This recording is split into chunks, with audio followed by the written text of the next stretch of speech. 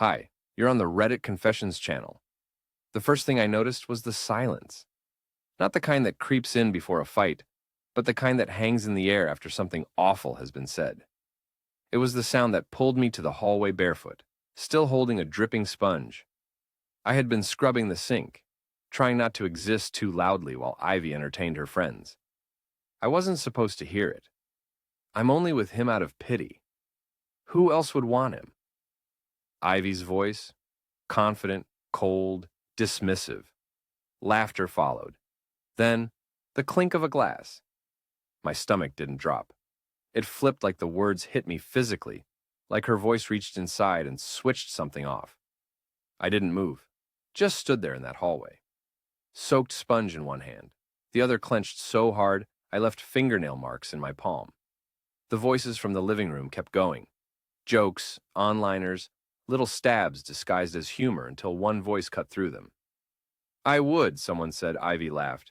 You'd what? I'd want him. That silence returned sharper this time, like a slap no one saw coming. Then came footsteps. Slow, certain. One pair heels on hardwood coming closer. I turned and there she was. Sloane. She wasn't looking at Ivy. She was looking at me. Not with pity, not with discomfort, just something else. Like I was human. Like she saw me standing there, holding my shame in a kitchen towel. She took another step, reached for my hand. I'm sorry she said that, Sloane whispered. But I'm not sorry you heard it. She didn't smile. She didn't cry. She just stood beside me, our hands barely touching. And Ivy, I could hear her shifting on the couch. But for once she had no words. And I was done, pretending I didn't hear the things she never meant for me to hear. Sloane's fingers were still lightly resting against mine, like she wasn't sure if I'd pull away or if I even knew how to accept kindness after what I just heard. And honestly, I didn't. My hand was frozen. My heart was pounding somewhere in my throat. I wasn't ready for this moment, and I sure as hell hadn't planned on hearing my own wife humiliate me with an earshot. But there we were, me standing in a soggy shirt from cleaning the sink. Ivy, still lounging with her wine glass, tilted like she was the queen of sarcasm. And Sloane, her best friend, the one who apparently saw something in me my wife never did. Ivy cleared her throat like she was trying to take back control of the room. Okay, she said, all fake sweetness and tight smiles. Can we not make this into some weird after-chul drama? It was a joke. Sloane turned to her, slow and deliberate. It wasn't funny. It wasn't serious. Ivy fired back. God, it's just how girls talk when we vent. Everyone exaggerates. You really think I don't love him? She looked at me for the first time since I'd appeared. Her eyes did this thing like they scanned me for weakness before softening.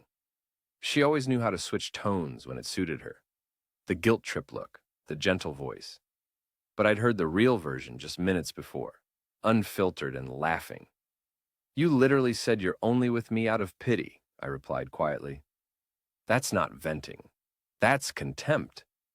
The other women on the couch didn't know where to look. One of them pretended to check her phone. Another took a long sip of wine, like that would make her disappear. Ivy shrugged. You're seriously overreacting. I looked at her, and for the first time in years, I didn't see the woman I married. I saw someone who had been quietly stripping pieces of me away with a smile. I didn't yell. I didn't storm off. I just said what came to me naturally in that moment. I believed everything you said in private, and now I know I shouldn't have. Sloane didn't let go of my hand. I think you should leave, she told Ivy. That's when Ivy actually laughed loud and sharp. You think you can tell me to leave my own house? It's not her house, I said flatly. It's mine. Bought it 3 years before we got married. You just decorated the walls and took the credit. That shut her up. For a moment, Ivy's face went pale. She glanced at her friends like someone would step in to defend her, but no one said a word. The mood had shifted. That casual cruelty she used like perfume, it wasn't working anymore. I let go of Sloane's hand and walked over to the coffee table where Ivy had left her glass. I picked it up, not to throw it, not to break it, just to pour it down the sink. And as the wine drained away, so did whatever was left of my patience. I turned back and said, If you're only here out of pity, don't stay a second longer. Ivy stood stunned like she couldn't believe I just said that, but she also didn't fight it. She just grabbed her bag, muttering something I didn't catch, and walked toward the door. And Sloane, she stayed, the door closed, and everything was suddenly, terrifyingly quiet again. Except this time, I wasn't the one who needed to break the silence.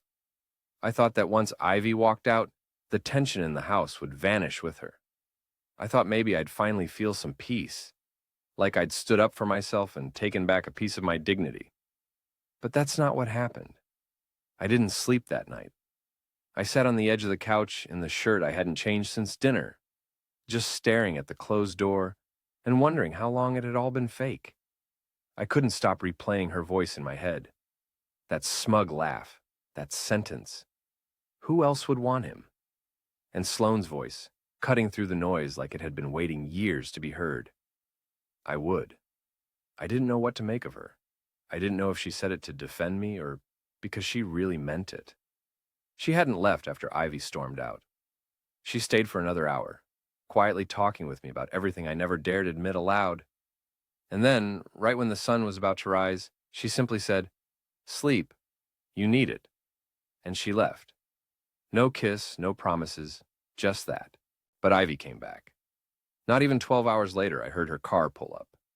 I looked through the blinds and saw her step out, hair tied back, sunglasses covering half her face, and a man I didn't recognize trailing behind her. They were arguing. His arms were waving. Her voice was sharp, desperate. I didn't open the door. She rang the bell, knocked, then started yelling through the door. Lael let me in. "Please, I just need a minute." He has nothing to do with this, but clearly he did. I opened the door just enough to speak through the gap. "Who is he?" "He's nobody," she said instantly, and that told me everything. He's just someone I've been talking to. But this isn't what you think. Last night was a mistake. I didn't mean what I said." Her eyes darted nervously. The guy behind her looked like he regretted showing up at all. "So, what exactly did you mean then?" I asked. "You didn't mean to say it, or you didn't mean it at all?" She hesitated. That pause was enough. "Lol. Please. I messed up. I didn't think you'd hear it. I was venting. You've been so distant lately. I thought maybe if I joked about it." "You weren't joking," I cut in. "And if I've been distant, maybe it's because I've been trying not to suffocate under the weight of never being enough for you." She didn't like that. Her lips tightened. "I came here to make things right, not to be attacked." "You didn't come alone." "That's not fair," she snapped. "He just drove me." "Okay. It's not like we're care," I said calmly. "You can be with whoever you want. You already are, but I don't owe you a second chance just because your pride took a hit." Her voice broke a little. "So that's it. You're just done." "No, I said you were done. I just finally caught up." And with that, I closed the door. I heard her burst into tears on the other side. And I stood there completely still as the guy muttered something awkward and they walked away. I didn't feel better. I didn't feel worse. I just felt clear. But nothing could have prepared me for what came that night because Sloane came back and she brought something with her that would change the way I saw everything, including myself. That evening, I was still replaying everything in my head. The knock on the door, Ivy's face when she realized I wasn't going to beg her to stay. The stranger behind her looking like he'd walked into the wrong argument. I hadn't processed it all yet. I was just floating, moving from one room to the next like a guest in my own house. Then, just after sunset, I noticed something. A small white envelope tucked between the couch cushions. At first, I thought it was some leftover card or maybe a receipt from the night before. But when I pulled it out, I saw my name written in Ivy's handwriting.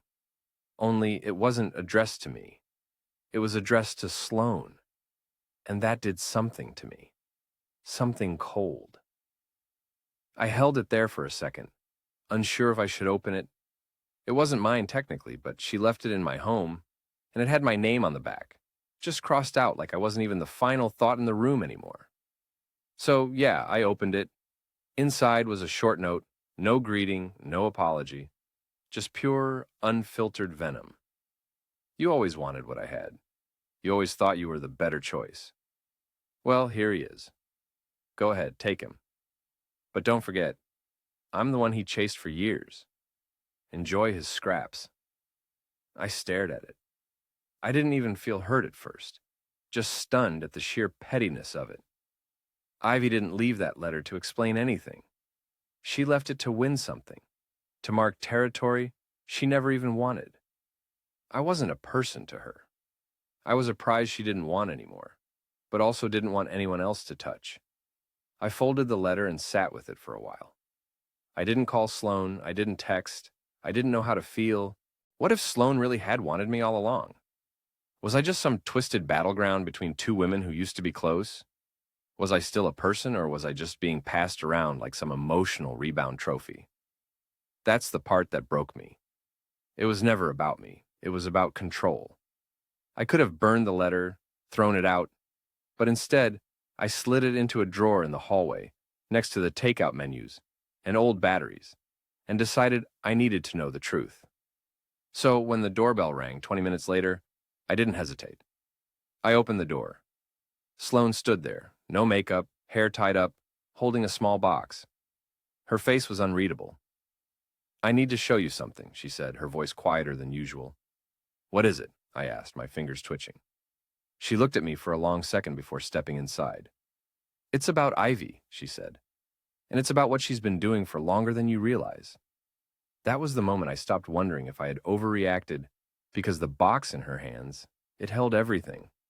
And the moment she opened it, I finally understood who my wife really was. Sloan walked in slowly, carefully, like she was holding not just a box, but a truth too heavy for words. She sat down without asking and placed the small cardboard container on my coffee table. For a second, neither of us spoke. The silence between us wasn't awkward, it was dense, charged. Whatever she was about to reveal wasn't casual, and I wasn't ready. I didn't want to be the one to bring this, she finally said. But Ivy gave me no choice. She opened the box and pulled out a stack of printed photos. Not digital, actual prints, like she went out of her way to have them developed. My stomach sank before I even saw what was on them. She handed me the top photo. Ivy was on a bed, half-dressed, holding a wine glass.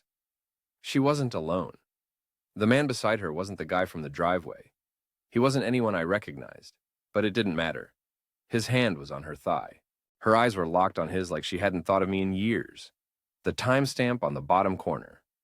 It was the exact weekend she told me she was visiting her sick aunt in Arizona. I looked at the next one, then the next, each more damning than the last. Hotel balconies, poolside drinks, kisses, laughter. A vacation she had supposedly taken alone to reset and clear her head. Why do you have these? I asked, my voice brittle. Sloane's expression didn't change. Because she sent them to me. That made me look up. She meant to brag, she said. Said she finally found someone exciting. She thought I'd be jealous. My brain couldn't process all of it at once. Ivy sent these to Sloane as some kind of power move. Why would she think you'd care? I asked, though the answer was already crawling up my spine. Sloane hesitated. Because I did care. For a long time, before you and Ivy ever dated, I had feelings for you. But I stepped back because you chose her. I never wanted to interfere. I felt like the floor had just tilted beneath me. You never said anything. I didn't want to be that person, she replied. And when I saw how she treated you, I thought maybe one day you'd figure it out on your own. But when she sent me those photos, that wasn't just cruelty. That was a declaration. She wanted me to know she never cared about losing you. I stared at the table. The pictures now fanned out like a sick memory game. It wasn't just betrayal. It was strategy. A campaign of humiliation. So what now? I asked, not even knowing who I was asking the question to. Sloan the universe myself. She leaned forward. You decide. She made her move. I'm just here because I won't let her break you down anymore. There was no kiss, no grand confession, just the truth between us. Ugly, raw, undeniable. And for the first time, I realized the problem wasn't just that Ivy didn't love me, it was that she enjoyed not loving me. And I had no idea what she would try next. But something told me she wasn't finished. Not even close. I stared at the photos scattered across the table again, but they didn't even register anymore. Sloane had pulled the curtain back on something far darker than infidelity. Ivy didn't just cheat. She used her betrayal as a tool to hurt, to dominate, and worst of all, to mock me in the process. Those prints were trophies. She wanted Sloane to see them, knowing full well what her reaction would be. And me, I was never supposed to know.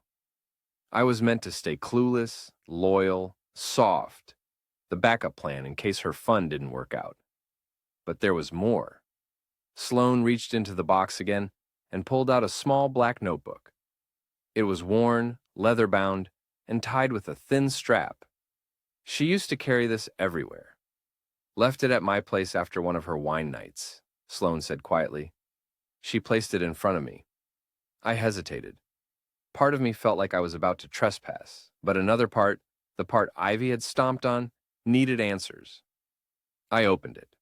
The first few pages were innocent. Quotes, notes, to-do lists. But then it changed. Paragraphs, names, dates, journal-style entries that chronicled her emotional phases. That's what she called them. One page started with, "He cried again." I don't even remember what about, probably nothing. I don't think he realizes how weak he looks when he does that. Another read. "Sometimes I test him just to see how far I can push. He always folds. It's fascinating." And then this one.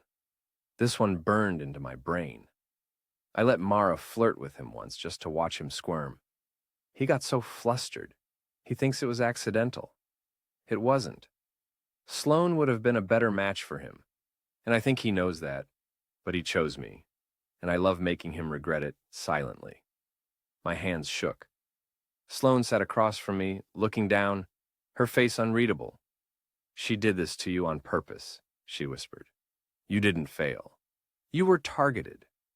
I couldn't speak. I had always blamed myself for the distance, for the silence between Ivy and me. I thought I was too sensitive, too needy, not man enough. I spent years trying to fix things she was deliberately breaking. The doorbell rang. It was like a lightning strike in the middle of my storm. Sloane looked at me, expecting anyone.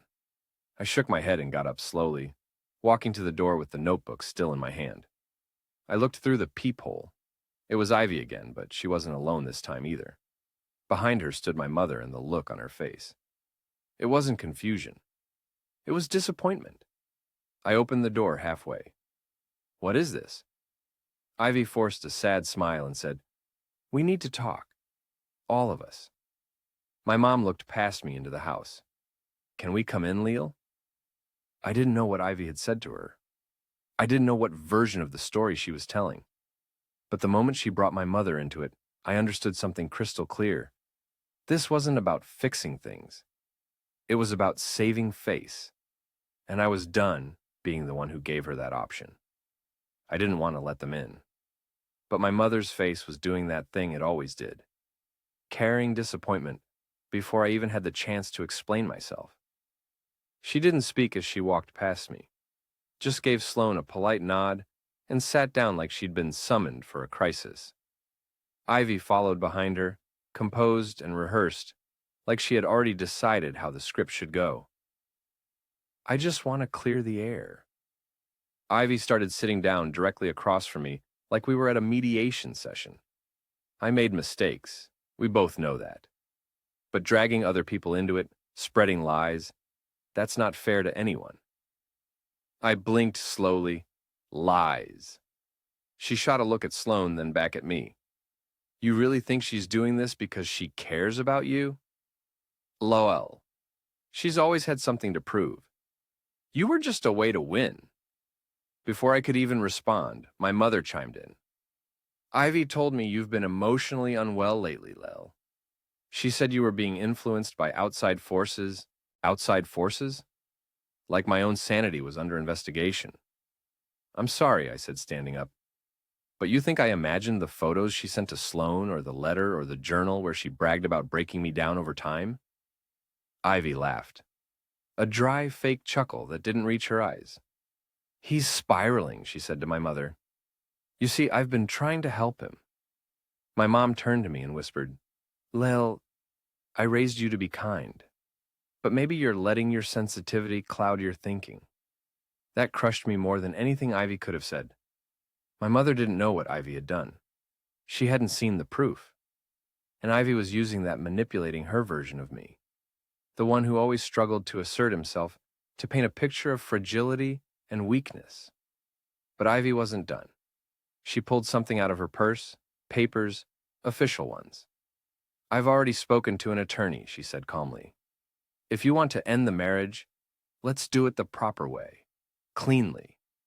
No drama. You keep the house. I just want what's fair. Fair, I said, my voice cracking after years of lying, of tearing me down behind closed doors. I never lied, she said smug. Now, I just never corrected your assumptions. She stood up. You can play house with Sloan if you want, but don't pretend you're the victim here. You chose me. You stayed. You ignored all the signs. That's not my fault. It was a chess move. She wasn't here to fix anything. She was here to flip the narrative, make herself look noble while painting me as the unstable, bitter husband lashing out over a failed marriage. I walked to the hallway drawer, opened it, and pulled out her notebook. I placed it gently on the table in front of her. Then, explain this. Ivy stared at it. I watched her face shift, just a flicker. She hadn't expected me to keep it.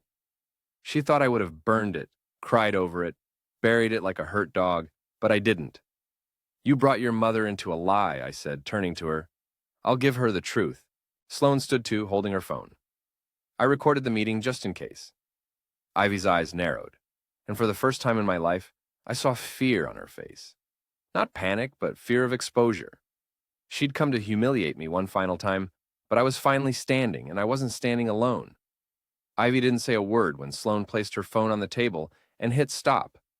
For a moment, she just stared at the device like it had betrayed her. But no, it wasn't the phone.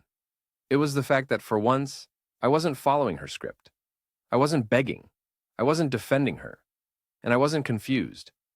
I was standing with proof, with support, and finally, with clarity. I came here to offer peace, Ivy said through clenched teeth, glancing at my mother. You came here to manipulate the only person in my life who didn't know the full story, I corrected. But now she does. I turned to my mom, who was still processing everything. I could see the slow, dawning horror in her eyes. The way the puzzle pieces of years of subtle control and gaslighting were starting to fall into place. She looked at Ivy, then back at me. I'm sorry, she said quietly. I should have asked you first. It was the only apology I ever needed from her. Ivy stood up, her facade finally slipping. Fine, she hissed. You want to be the victim? Enjoy it. But don't come crawling back when she gets tired of fixing you. Sloan didn't flinch. He doesn't need fixing. He just needed to stop being broken by you. Ivy stormed out, her heels striking the floor like an ending. It wasn't dramatic. It was empty. No power, no grip, just a noise. I was finally free to ignore. In the weeks that followed, I filed for divorce and attached everything. Photos, journal pages, audio. I didn't do it to destroy her. I did it to protect myself. No more being the punchline in someone else's story. No more waking up with a weight in my chest, wondering if today I'd finally be good enough for someone who saw me as disposable. Sloan didn't become my savior. She became something better real. She didn't try to rewrite my past. She just helped me face it without flinching. We took it slow. No grand declarations, no rebound fairy tale. Just two people quietly learning how to be honest again. And me, I started over with boundaries, with self-respect, with the understanding that love doesn't laugh behind your back and call it venting. I wasn't her burden. I was her warning label. And now, I'm someone else entirely. Thanks for following this journey on Reddit Confessions. If you made it to the end, you're the kind of person who sees the whole story and not just the highlight reel. Now it's your turn. Have you ever discovered the truth in a way that changed everything? Share your story in the comments. We want to hear something that shocked you. Don't forget to like, subscribe, and follow for more true stories that prove real life is stranger than fiction. See you next time.